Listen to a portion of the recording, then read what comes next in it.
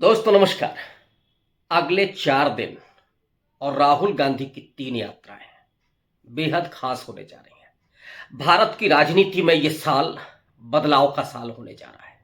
मैं लगातार इस बात को रेखांकित कर रहा हूं कि राहुल गांधी आरएसएस के शताब्दी वर्ष में आरएसएस को खत्म करने की योजना पर काम कर रहे हैं और इसीलिए उन्होंने 2025 को अपने संगठन का साल और कांग्रेस की वापसी का साल बना लिया है, लक्ष्य घोषित कर दिया है और इस लक्ष्य पर लगातार वो काम कर रहे हैं। सबसे महत्वपूर्ण यह है कि उनके संरक्षक के तौर पर मल्लिकार्जुन खड़गे उनके पीछे खड़े हैं।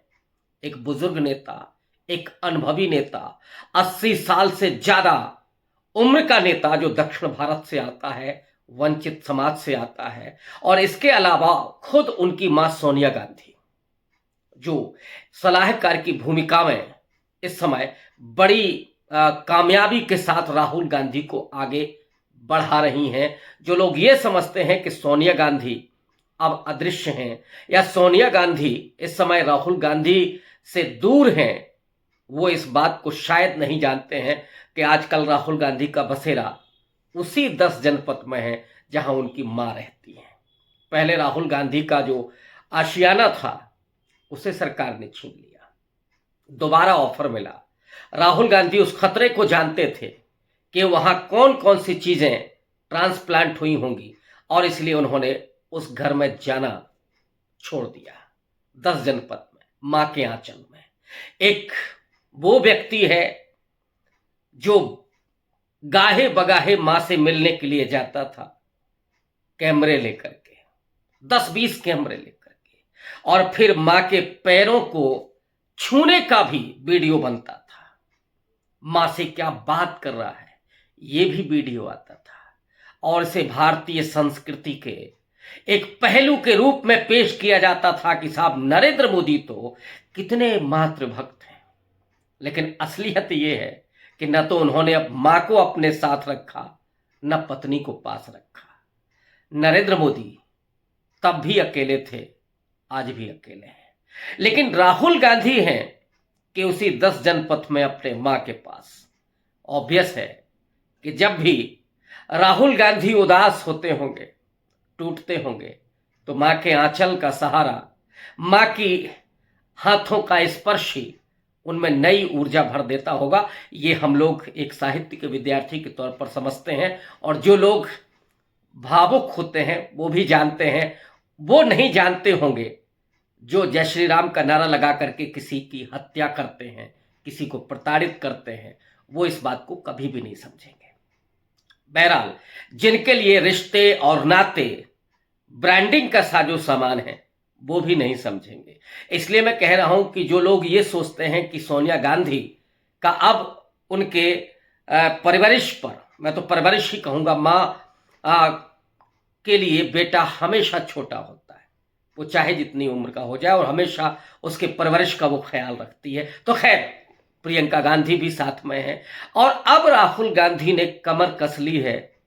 जब इस देश पर इतना बड़ा खतरा आन पड़ा, जब भारत के संविधान, और वो संविधान जिसे आजादी की पूरी लड़ाई के दौरान जिसके मूल्यों को निर्मित किया गया, और ये वो लड़ाई थी जो अंग्रेजों के खिलाफ एक राजनीतिक लड़ाई, अंग्रेजों के खिलाफ युद्ध नहीं था, एक राजनीतिक लड़ाई, और उस राजनीतिक लड़ाई को लड़ते हुए भारत के भविष्य को, आधुनिक भारत के मूल्यों को निर्मित किया गया। और आधुनिक भारत या भारत का भविष्य किस तरह का होगा, इसके लिए तमाम परिस्थितियां और तमाम प्रविधियां पैदा की गई, नियम बनाए गए और वो सपना देखा गया। और जब कैबिनेट मिशन के तहत भारत की संविधान सभा बैठी, अंग्रेजों का जाना तय हो गया, उसके बाद वो तमाम पहले के प्रावधान जो कांग्रेस ने पारित किए थे या जो मूल्य निर्मित हुए थे, उन मूल्यों की एक थाती के रूप में वो संविधान में रची जाती है। और उसी संविधान ने भारत के लोगों को नागरिक बनाया, आजादी बख्शी, साथ ही साथ लोकतंत्र दिया, वोटिंग राइट दिया। और वोटिंग राइट सबको, चाहे वो अमीर हो, गरीब हो, दलित हो, वंचित हो, पिछड़ा हो, महिला हो, आदिवासी हो, कोई शिक्षित हो, अशिक्षित हो, सबको मिला। लेकिन 70 साल होते होते इस लोकतंत्र पर एक बड़ा ग्रहण लगता है 2014 में। कुछ लोगों के लिए यही आजादी का साल है, और वो लोग दरअसल इस संविधान को खत्म करके मनुस्मृति का शासन स्थापित करना चाहते थे। इसलिए उन्हें वो लंबे समय के बाद, शताब्दियों के बाद नरेंद्र मोदी में एक हिंदू सम्राट दिखा, और खुद नरेंद्र मोदी ने कहा कि मैं हिंदू हूं और राष्ट्रवादी हूं, इसलिए हिंदू राष्ट्रवादी हूं। ध्यान रखिएगा, महात्मा गांधी से बड़ा कोई सनातनी नहीं था उस दौर में, और गांधी से बड़ा कोई राष्ट्रवादी भी नहीं था। लेकिन गांधी ने कभी ये नहीं कहा कि वो हिंदू राष्ट्रवादी हैं या सनातनी राष्ट्रवादी हैं। ये दोनों ही अलग है। हिंदू होना अलग है, राष्ट्रवादी होना अलग है, और दोनों का घालमेल करके एक बहुसंख्यकवाद की राजनीति के जरिए संवैधानिक मूल्यों, खास करके धर्मनिरपेक्षता को खत्म करने की यह साजिश के तौर पर शब्दावली रची गई थी। लेकिन खैर, मैं लौटता हूं मुद्दे पर। मुद्दा है कि राहुल गांधी अब इस चुनौती से कैसे लड़ने की तैयारी कर रहे हैं। 2025 का साल, बार बार मैं कह रहा हूं, और इस साल राहुल गांधी अपने तमाम संगठन को मजबूत करने के लिए, और गौर कीजिएगा, उन राज्यों में असली खिलाड़ी तो वो होता है जो प्रतिद्वंदी दुश्मन की माद में जाकर के हमला करे, और राहुल गांधी इस समय तैयार हैं गुजरात में भारतीय जनता पार्टी को मात देने के लिए। मध्य प्रदेश में, जो आरएसएस का सबसे पुराना गढ़ माना जाता है, गुजरात और मध्य प्रदेश, ये दो राज्य, गुजरात में के बाद मध्य प्रदेश में सीधे तौर पर मात देने के लिए। हरियाणा, जहां पर उग्र हिंदुत्व दिखाई पड़ा पिछले एक दशक के भीतर, उस हरियाणा में भी राहुल गांधी कांग्रेस पार्टी को दुरुस्त करने के लिए जा रहे हैं। और चुनावी साल बिहार का है, तो बिहार में भी दस्तक हो, ये कैसे, इसकी असंभावना कैसे हो सकती है। इसलिए राहुल गांधी 6 जून को संविधान सुरक्षा सम्मेलन में वहां पर अति पिछड़ों, दलित और महादलित को संबोधित करने के लिए जा रहे हैं। और ये वो बिहार है जहां सामाजिक न्याय की राजनीति की, आप ये कह सकते हैं कि प्रादेशिक स्तर पर एक बड़ी शुरुआत होती है, और जहां से पिछड़ों का उभार, अति पिछड़ों का उभार, जहां कर्पूरी ठाकुर, लालू प्रसाद यादव जैसे लोग उभर करके आते हैं। और उसके बगल से सटे हुए उत्तर प्रदेश, जहां पर अभी राहुल गांधी की निगाह नहीं है, लेकिन आने वाले वक्त में ये चीज आपको दिखाई पड़ेगी। राहुल गांधी ने अभी अभी असम को दुरुस्त किया। असम के बारे में आप जानते हैं, वो व्यक्ति इस समय मुख्यमंत्री है जो कभी राहुल गांधी का दरबारी हुआ करता था, यानी राहुल गांधी के दरबार में जाने के लिए बेकरार रहा करता था। उसकी टीस ये थी, और ये टीस कब थी? टीस पहले क्या थी कि राहुल गांधी अपने कुत्ते को बिस्किट खिलाते रहे, लेकिन हमसे बात नहीं की। माने हेमंता बिस्वा शर्मा, जो आजकल असम के मुख्यमंत्री हैं, उनकी पीड़ा सिर्फ इतनी थी कि राहुल गांधी ने हमसे बात नहीं की, और इशारे इशारे में कह ये दिया कि हमें तो उस कुत्ते से भी बदतर माना।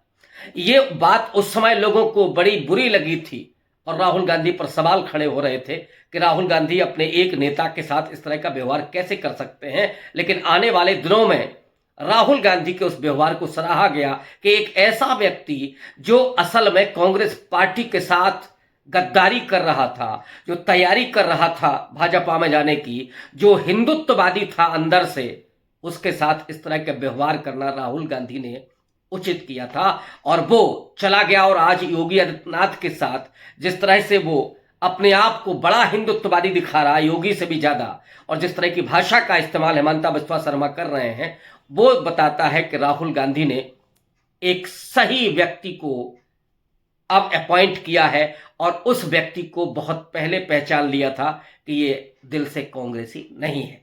इस समय राहुल गांधी ने गौरव गोगोई को लगाया है। गौरव गोगोई लोकसभा में उपनेता है कांग्रेस पार्टी के, और जिस तरह से एक नौजवान नेता, और उन्होंने लोकसभा के भीतर परफॉर्मेंस किया है, हर मुद्दे पर बहुत नपे तुले अंदाज में पढ़ लिख करके, तैयारी करके आकर के जब वो बोलते हैं तो पूरा सदन सुनता है। एक नौजवान चेहरा, जो उभरता हुआ चेहरा है, राहुल गांधी का बेहद नजदीकी सिपह सालार विश्वस्त। और अब राहुल गांधी ने गौरव गोगोई को असम का प्रदेश अध्यक्ष नियुक्त किया है, यानी हेमंता बिस्वा शर्मा की खटिया खड़ी करने के लिए, उनका उनका बिस्तरा गोल करने के लिए अपने सबसे मजबूत और विश्वसनीय सिपाही सालार को प्रदेश अध्यक्ष बना करके भेजा है। और गौरव गोगोई ने जाते ही कांग्रेस पार्टी को अंदर से चाक चौबंद करने के लिए और कांग्रेस पार्टी को एक्टिव करने के लिए, संगठन को मजबूत करने के लिए काम करना शुरू कर दिया है। यह है राहुल गांधी की स्ट्रेटजी। ठीक उसी तरह से गुजरात में आप देखेंगे, गुजरात में अमित भाई चावड़ा जो 5 बार के वहां के विधायक हैं, इस समय कांग्रेस विधानमंडल दल के नेता हैं। और ये अमित भाई चावड़ा जो ओबीसी समाज से आते हैं, कोली समाज से आते हैं, वो अमित भाई चावड़ा तमाम प्रलोभनों के बावजूद कभी भारतीय जनता पार्टी की तरफ देखे तक नहीं। अहमदाबाद में ही रहते हैं और उनके ऊपर दबाव भी रहे होंगे, लेकिन अपनी शुचिता और अपनी ईमानदारी और अपनी पवित्रता की वजह से अमित भाई चावड़ा पर कोई हाथ नहीं डाल पाया।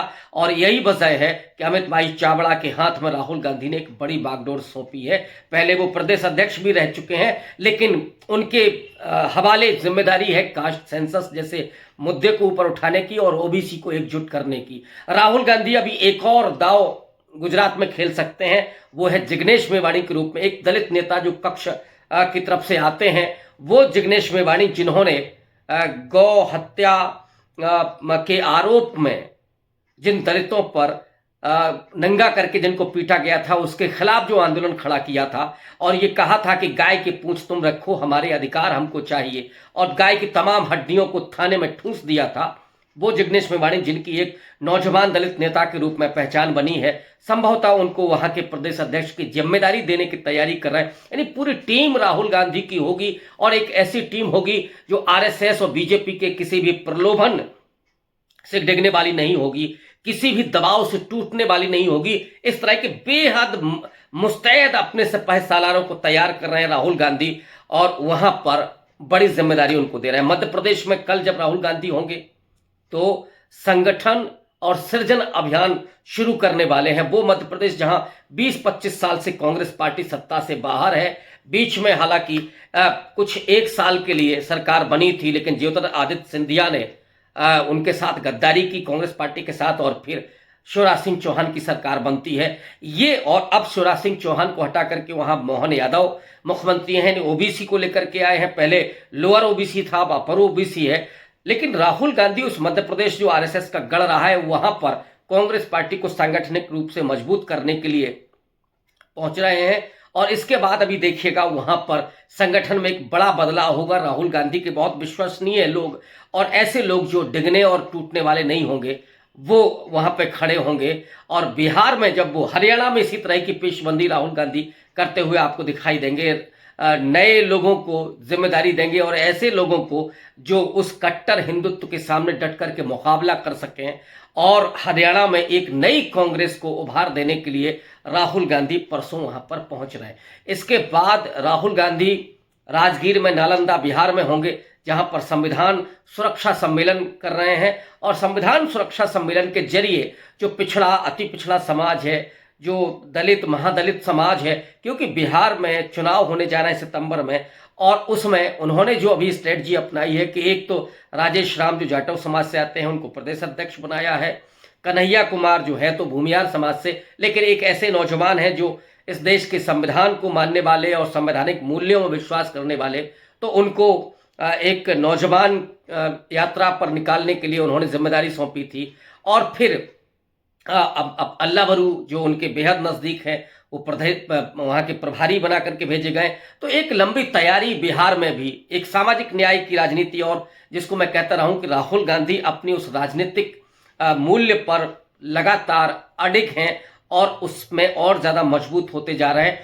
संभवतः राहुल गांधी ने तय कर लिया है कि जो आरएसएस इस देश में संविधान को खत्म करना चाहता था, उसे ही अब खत्म करने का समय आ गया है। और आने वाले वक्त में जब राहुल गांधी वहां होंगे, उस कुर्सी पर होंगे, उस जिम्मेदारी पर होंगे, तो कोई माई का लाल रोक नहीं पाएगा जब आरएसएस पर प्रतिबंध लगे। और ये जो गलती हुई या जो चीजें छूट गई पटेल से और नेहरू से, वो काम अब राहुल गांधी करेंगे, इसमें कोई दो राय नहीं है। शुक्रिया, धन्यवाद।